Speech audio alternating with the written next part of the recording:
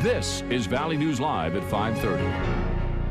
It may be a silent night now as the sun finally sets over the valley on this Christmas night, but we're continuing to deal with those sub-zero temperatures. The clear skies today opening up some seriously cold conditions.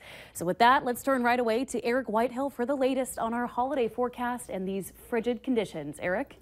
Absolutely, Christine. Very cold temperatures today. We didn't even get above zero in Fargo, where already at this hour it's already 8 below zero. Combine that with those wind chills out there where it's feeling like it's 20 to 30 below zero. And unfortunately, it's only going to get colder as we get into the evening hours with a wind chill warning in effect until noon tomorrow. Those wind chills in the minus 35 to minus 45 category, likely throughout almost the entire valley.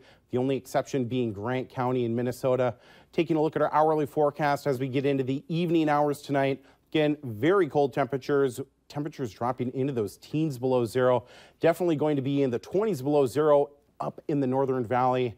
And it's just going to be downright cold, Christine, but I do have some good news that there is a slight warm up. And I use that term loosely as we get into the rest of the week. So make sure you keep it tuned right here. All right. Thanks, Eric. And also make sure you have it tuned to have the Valley News Live Storm Team Weather app. That way you can keep up with the latest weather anytime, anywhere.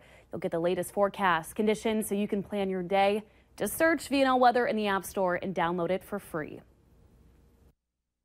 It chills your insides and cools you off really fast.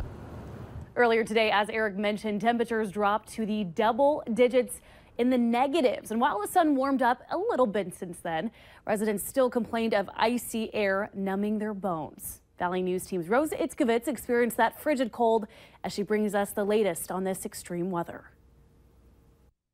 Well, I see Mother Nature decided to chill us off a little bit and wish us all a Merry Christmas, bringing some wind down from the North Pole. West Fargo resident Monty Bond grew up north of Fargo, where he says it's even colder. Grew up with Mike Morkin up in Rolla. Still, he says, when temps drop to the double digits below zero like this, even he feels the chill. Right now, my ears are getting a little cold, but other than that, I'm dressed for it, so I've got layers on. So layer up and stay warm. His daughter Ashley isn't quite as used to it. I always wonder why we live in a place where the air we need to breathe hurts us. And it's just that, the air, that makes all the difference.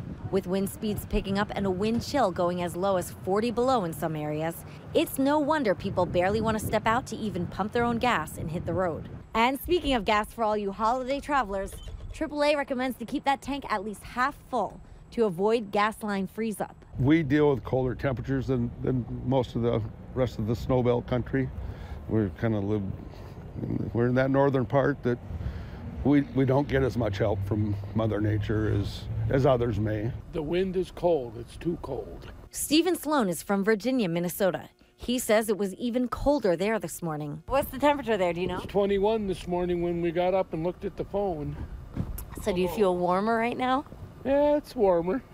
But he too says that wind is what makes all the difference. Not used to the windy cold weather. We don't have it a lot up there. We just have the main cold weather. And though he's lived around the area all 61 years of his life, won't get used to it. It's too cold. In Fargo, Rosa Itzkovitz, Valley News Live. No, you can't get used to it. And for those traveling in this extreme cold weather, more tips can be found by heading on over to our website and clicking on this story. The Becker County Sheriff's Office is reminding everyone to use caution on area lakes after 3 people luckily escaped from their vehicle that crashed through the ice. It happened on Little Detroit Lake around 6:30 on Sunday night. Deputies say the SUV was traveling over an area that had already been driven over when it went through the ice into water that was about 11 feet deep. The 3 people inside were able to escape by breaking the driver's side window. Authorities say this is a good reminder of how quickly conditions can change on the ice. Though far from home, troops in Afghanistan celebrated the holiday today. U.S. troops stationed in Afghanistan enjoyed a Christmas dinner today at Bagram Air Base. And while they are definitely missing their family and friends at home, one soldier says thinking about the big picture makes it a little bit easier. I really miss my family.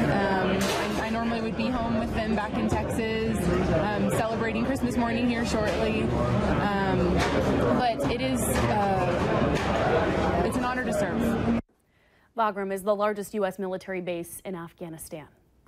A white nationalist shrine to Justine Damond, the Australian woman who was shot and killed by a Minneapolis police officer, is being condemned by the Minneapolis mayor. The white nationalist group Identity Evropa says they put the memorial up on Friday in front of the Twin Cities Police headquarters. A spokesperson for the police department says an officer cleared the memorial and removed the picture of Damond. Officer Mohammed Noor shot Damond after she called to report a sexual attack assault back in July. Minneapolis Mayor-elect Jacob Frey said, quote, "Identity Evropa and those who share their values have no place in our city. Hate has no place in Minneapolis, period." The white nationalist group that put up the memorial also helped organize a deadly white nationalist rally in Charlottesville, Virginia in August.